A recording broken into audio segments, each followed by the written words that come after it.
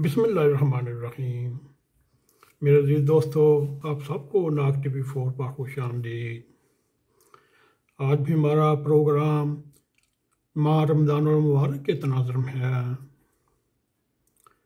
हम उम्मीद करते हैं ये भी प्रोग्राम आपको पसंद आएगा। यूँ हज़रत नबी करीम सल्लल्लाहु अलैहि वसल्लम ने माह रमज़ान को सब्र का महीना करार किया। बस ये महीना सब्र के साथ और साबित कदमी के साथ अपने आप को अल्लाह ताला के अहकामात के साथ बांधना चाहिए, ताकि हुकूक अल्लाह हुकूक बात इस रंग में दा हो जाए जिस रंग में हमारा रब्बे करीम चाहता है कि हम अदा करें। रमज़ान मुबारक का एक रूहानी फ़ायदा ये भी है, रोज़ा मुहासबाए नफ्स का ज़रिया बनता है। हज़ूर सल्लल्लाहु अलैहि वसल्लम ने फरमाया, जिसने रमज़ान के रोज़े ईमान की हालत में और इत्साब की हालत में रखे, उसके पिछले गुनाह माफ़ हो गए।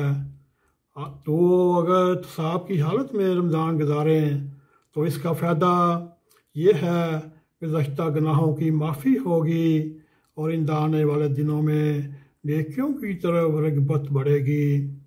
और यूँ जब हम अपने नफ्स का इत्साब करेंगे तो तुम किस हालत में हो, जानना क्या तुम्हारा मुश्किल है।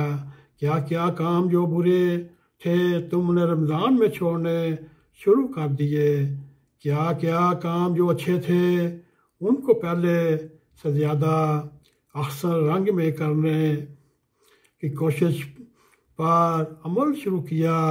इसी को इत्साब कहते हैं।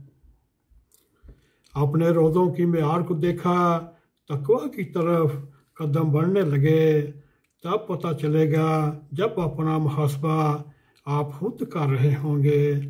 दूसरों के ऐब नहीं तलाश करते बल्कि अपने ऐब और कमज़ोरियाँ तलाश कर रहे होंगे। ये देख रहे होंगे आज मैंने कितनी नेकियां की या करने की कोशिश की और कितनी बुराइयां तर्क की या कितनी बुराइयां छोड़ दी। यूँ रमज़ान मुबारक का महीना हमें इन्फाक फी सबिलिल्लाह की आदत डालता है। चनाचे हमारे प्यारे आका रसूल करीम सल्लल्लाहु अलैहि वसल्लम ने हमारे सामने ये नमूना रखा।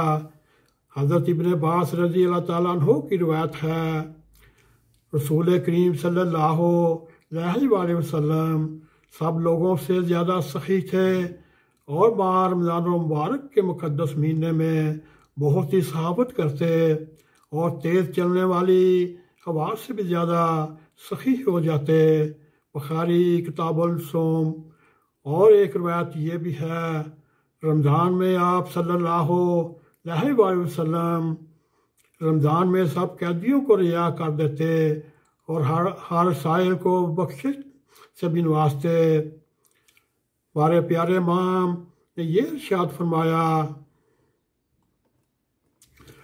बड़ा ही बदकिस्मत है वो इंसान जिसने रमज़ान तो पाया मगर अपने अंदर कोई तगय्युर ना पाया। बहुत कोशिश करो, बड़ी दुआएं मांगो, बहुत ही तवज्जो अल्लाह ताला की तरफ करो और इस्तग़फ़ार ला हौल वला कसरत से पढ़ो। कुरान करीम को सुन लो, समझ लो, समझा लो, जितना हो सके सदका खैरात दे लो, अपने बच्चों को भी तारीफ़ करते रहो। यूँ रमज़ान मुबारक की बरक़ात से फैज़ याब होने के लिए अल्लाह ताला की राह में खर्च करना भी एक बड़ा ज़रिया है। हज़ूर सल्लल्लाहु अलैहि वसल्लम की सुन्नत पर अमल करते हुए इस तरफ भी तवज्जो देनी चाहिए। अमवाल की कुर्बानी भी तज़किया नफ्स के लिए ज़रूरी है। अनफाक की आदत हुकूकुल बात की अदायगी की भी ज़ामन है। यूँ अनफाक के ज़रिए हुकूकुल बात का सबक हमें रमज़ान मुबारक में मिलता है। मेरे अज़ीज़ दोस्तों, ये थी रमज़ान मुबारक के रूहानी फ़वाइद में चंद गुज़ारिशात। उम्मीद है आपको ये प्रोग्राम पसंद आया होगा। अल्लाहुम्मा सल्ली अला मुहम्मदिन व अला आलि मुहम्मद कमा सल्लैता अला इब्राहीम वाला आले इब्राहिम इन्नका हमीदुम मजीद। अल्लाहुम्मा बारिक अला मुहम्मदिन वाला आले मुहम्मद कमा बारकता अला इब्राहिम वाला आले इब्राहिम इन्नका हमीदुम मजीद। अब हमें इजाज़त दें। अस्सलामु अलैकुम व रहमतुल्लाहि व बरकातुहू।